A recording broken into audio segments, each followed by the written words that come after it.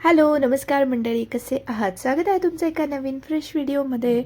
आणि मी खूप खुश आहे कारण की रिसेंटलीच आम्ही केदारनाथ आणि बद्रीनाथ हे 2 धाम केलेले आहेत. आणि आमचं दर्शन कसं झालं, आमचे एक्सपिरियन्स किंवा आम्ही काय काय तयारी केली, सगळ्या गोष्टी मी तुमच्यासोबत शेअर करणार आहे. सो नक्कीच व्हिडिओ शेवटपर्यंत बघा आणि तुमचे काही प्रश्न असतील तर मला नक्कीच विचारा. माझ्याकडे काही त्याचे आन्सर असेल किंवा मी तुम्हाला काही माहिती देऊ शकत असेल किंवा मी काही मिस केलं असेल तर मी नक्कीच तुमच्यासोबत शेअर करेन. So let start the video. तर आम्ही ना केदारनाथ आणि बद्रीनाथला जाण्याचा प्लॅन हा साधारणपणे 1.5 ते 2 महिने आधीपासनं केला होता. आणि आम्हाला पूर्ण 1.5 महिना आम्हाला तयारी करण्यात गेला कारण की आपल्याकडे टेम्परेचर इतकं कमी कधीच नसतं. तिकडे मायनसमध्ये टेम्परेचर असतं आणि त्यामुळे गरम कपडे, थर्मल्स, त्याच्यानंतर सॉक्स, त्याच्यानंतर हँड ग्लोव्ज, टोपी वगैरे ह्या सगळ्या गोष्टी ज्या आहेत त्या चांगल्या क्वालिटीचे किंवा जास्ती गरम असलेल्या आम्हाला घेणं गरजेचं होतं. त्यासोबतच आता केदारनाथला चाललो आहे म्हटल्यानंतर ट्रेकिंगचे शूज किंवा वॉटरप्रूफचे शूज असतात, तेही आम्ही घेतलेले आहेत. आणि आम्ही सगळी शॉपिंग ही पुण्यातूनच केलेली आहे. काही मी ऑनलाईनही मागवलं, जसं की थर्मल वगैरे मी ॲमेझॉनवरनं मागवलं. आणि सगळी तयारी करण्यात आम्हाला साधारणपणे 1.5 ते 2 महिने गेले. आणि सगळी पॅकिंग वगैरे झाली. अगदी शेवटच्या मिनटापर्यंत आमची पॅकिंग, छोट्या गोष्टी आम्ही घेतच होतो कारण की औषधं घ्यावे लागतात. प्रत्येक औषध आपल्यासोबत असू द्यावं लागतं, जसे की पोटदुखीचं, त्याच्यानंतर डोकेदुखी, ताप, सर्दी ह्या सगळ्या गोष्टी. कारण की क्लायमेटमध्ये खूप डिफरन्स येणार होता आमच्या, कारण की आम्ही समरमध्ये गेलेलो होतो आणि इकडे 40 to 42 डिग्रीज आणि तिकडे डिरेक्टली मायनसमध्ये टेम्परेचर असणार होतं. त्यामुळे तब्येत बिघडण्याची शक्यता असते. आणि लहान मुलं असल्यानंतर लहान मुलांची प्रत्येक गोष्ट ही आपण घेणे खूप गरजेचं आहे. तर त्यांचे सगळे औषधं, जसं की तापाचं औषध असू द्या किंवा उलटीचं औषध असू द्या, कारण की तिथले रोड्स हे एकदमच पूर्ण घाटातले असल्यामुळे चक्कर येणं, त्याच्यानंतर मळमळ होणं, ह्या सगळ्या गोष्टीही होतात. त्यामुळे ह्या सगळ्या बारीक बारीक गोष्टी किंवा छोटी औषधं घेणंही महत्त्वाचं होतं. त्यासोबतच आम्ही काही घरातल्या गोष्टीही घेतलेल्या होत्या, जसं की ओवा असू द्या, म्हणजे की पोट दुखलं आपण की आपण तुपात भाजलेला ओवा पाण्यासोबत घेतो, त्याच्यानेही आराम मिळतो. तर अशा काही छोट्या गोष्टी, असं सगळं करत करत किती आम्हाला निघायचं होतं तोपर्यंत आम्ही सगळ्या गोष्टी पॅकिंग करतच होतो. फायनली आम्ही मग कॅब बुक केली. आमची फ्लाईट होती 4 वाजता आणि आम्ही घरातनं निघालो कारण की 2 तास आधी यावं लागतं. 2 वाजता आम्ही पोचलो एअरपोर्टवरती. पण आमची फ्लाईट डिले झालेली होती, आम्हाला एअरपोर्टवर येऊन कळालं. आणि साधारणपणे 1 तास डिले झाली होती आणि प्रचंड उन्हाळा असल्यामुळे, प्रचंड उष्णता असल्यामुळे फ्लाईटमध्ये ना हे असं थंड वाऱ्याचं, असा एसीचा थंड थंड अशी हवा येत होती आणि हे फर्स्ट टाईमच आम्ही अनुभवलं. आणि त्यानंतर आमची फ्लाईटने टेक ऑफ घेतलं. खूप छान वाटत होतं आणि खूप एक्साइटमेंट खूप होती सगळ्यांच्याच मनामध्ये. त्यासोबतच भीतीही वाटत होती आणि त्यासोबतच देवाला प्रार्थनाही आम्ही करत होतो की आमची ही पूर्ण जर्नी जी आहे ती खूप छान असू दे आणि देवा महत्त्वाचं म्हणजे तुझं आम्हाला दर्शन होऊ दे. कारण की केदारनाथ किंवा बद्रीनाथला बरेच असे इन्सिडेंट होतात किंवा बरेच अशा गोष्टी होतात की मध्ये मध्ये दर्शन वगैरेही बंद करतात. आणि आपलं जे पूर्ण आपली इटर्नरी असते किंवा आपण जे शेड्यूल करून गेलेलो असतो किंवा जे प्लॅनिंग करून गेलेलो असतो, त्यानुसार आपल्याला तिथे तेवढे दिवसच राहावं लागतं. त्यामुळे सगळ्या गोष्टी व्यवस्थित होऊ दे असं आम्ही देवाकडे प्रार्थना करत होतो. तर आमची इंडिगोची फ्लाईट होती आणि आम्ही साधारणपणे 6:30 ते 6:45पर्यंत देहरादूनच्या एअरपोर्टवर पोचलो. तर आम्ही पुणे टू देहरादून अशी फ्लाईट बुक केलेली इंडिगोची. आणि त्यानंतर आम्ही देहरादूनपासनं पुढे सगळी कॅब बुक करून ठेवलेल्या होत्या. पूर्ण जर्नी आमची कॅब ऑलरेडी बुकड होती कारण की तिथे जाऊन हे सगळ्या गोष्टी मॅनेज करणं खूप डिफिकल्ट जातं. त्यासोबतच हॉटेलही तुम्ही नक्कीच बुक करून ठेवा कारण की गर्दीच्या वेळेस किंवा जेव्हा पीक सीझन असतो तेव्हा हॉटेल मिळणं ही खूप मुश्किल असतं.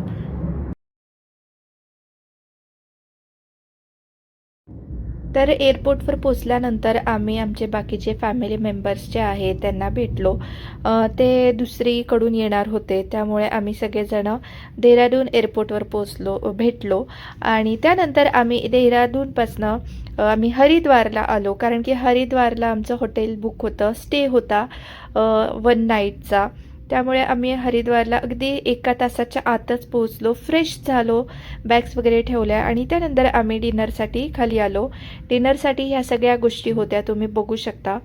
आणि डिनर केलं, कारण डिनर लवकर केलं आणि आम्ही आराम केला, कारण की थकलेले होतो सगळेच. आणि त्यासोबतच दुसऱ्या दिवशी आम्हाला लवकर निघायचं होतं. हरिद्वारपासनं आम्हाला जायचं होतं गुप्तकाशीला. तर साधारणपणे 8 तास वगैरे लागतात, पण प्रचंड प्रमाणात हे होतं, ट्रॅफिक होतं, गर्दी खूप होती, त्यामुळे आम्हाला साधारण 12 तास तरी लागले हळूहळू जात. आणि ही मी तुम्हाला एक छोटीशी रूम टूर देते आहे, तुम्ही बघू शकता. तर इथे थोडंसं स्टोरेज वगैरे दिलेलं आहे, बाथरूम्स वगैरे क्लीन मस्त होते आणि त्यासोबतच मस्त रूम पूर्ण क्लीन होते, फ्रेश वाटत होतं. आणि त्यासोबतच जेवणही छान होतं. इथे काही बेसिक गोष्टी दिलेल्या होत्या त्यांनी आणि इथे फ्रीजही होता. त्यानंतर आम्ही मस्तपैकी आराम केला, तुम्ही सामान बघू शकता. आणि देहरादून आणि त्यासोबतच हरिद्वारमध्येही टेम्परेचर जास्तीच होतं, साधारणपणे 40 to 42 डिग्रीज इतकं टेम्परेचर होतं.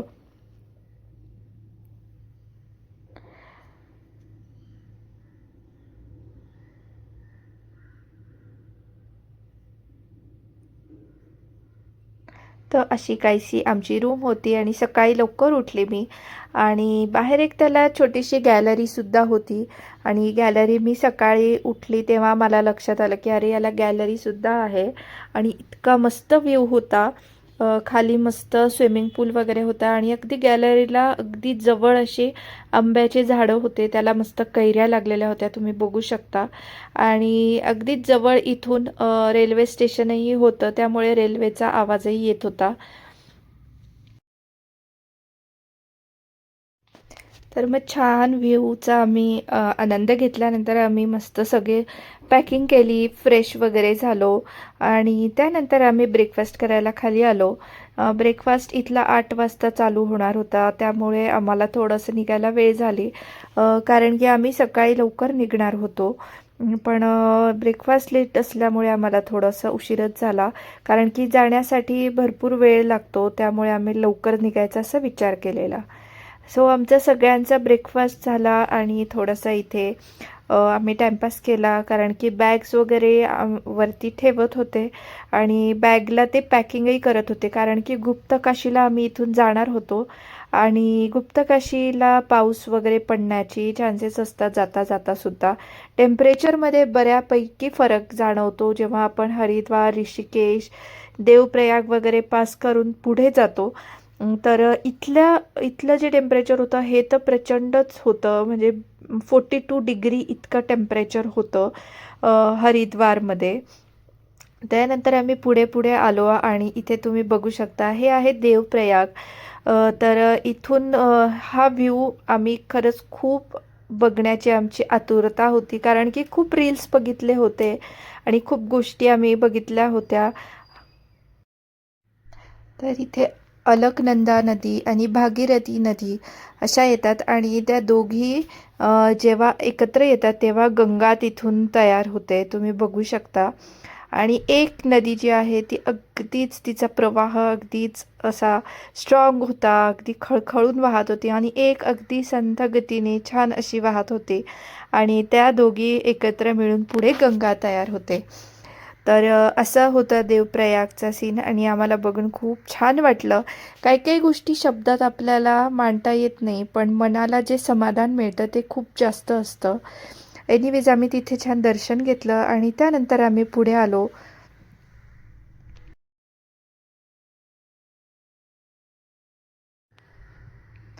तर तिथपर्यंत आम्हाला इतकं ट्रॅफिक लागलं नाही, थोडं थोडं मध्ये मध्ये ट्रॅफिक जे नॉर्मल आहे तेवढंच. पण इथून पुढे आम्हाला ट्रॅफिक लागायला स्टार्ट झालं आणि मध्ये-मध्ये बऱ्यापैकी आम्हाला ब्रेक लागला होता. मध्ये-मध्ये उतरावंही लागलं बऱ्याच वेळ. कारण की प्रचंड गर्दी होती आणि त्यासोबतच काही-काही गाड्या अशा मधून-मधून घुसतात त्यामुळे ट्रॅफिक जाम होतं. खूप वेळ झाला होता आम्हाला कारमध्ये बसून आणि खूप कंटाळाही आलेला. कारण की एवढ्या तासाचा प्रवास हा लहान मुलांसोबत करणं खूप अवघड असतं. तर तुम्ही रोड बघू शकता की किती अवघड आहे आणि किती अ, भीतीदायक आहे आणि त्यातही ट्रॅफिक. त्याच्यामुळे काही-काही वेळा खूप भीती वाटायची. कारण की पूर्णपणे घाटच होता आणि बाजूला पूर्ण डोंगर आणि दुसऱ्या साईडला पूर्ण खाली खोल दरी आणि नदी वगैरे तिथून वाहत होती. पण व्ह्यूज जर का तुम्ही बघाल तर तेही खूप सुंदर सुंदर होते. पूर्ण डोंगरांमधून आम्ही जात होतो आणि पूर्ण घाटाचाच रोड होता. तर तुम्ही ट्रॅफिक इथे बघू शकतात. अच्छा. हम्म.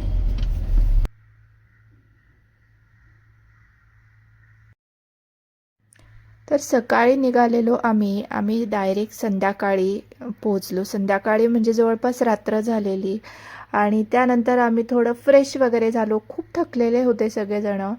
फ्रेश वगैरे झालो, जेवण केलं आणि लगेच आम्हाला रात्री 2 वाजता केदारनाथसाठी निघायचं होतं. तर तो व्हिडिओ मी तुमच्यासोबत पुढे नक्कीच कंटिन्यू करते. आजच्या व्हिडिओमध्ये इतकंच आणि तुम्हाला आजचा व्हिडिओ कसा वाटला मला नक्कीच कळवा. भेटूया आपण नेक्स्ट पार्टमध्ये. तोपर्यंत स्वतःची काळजी घ्या.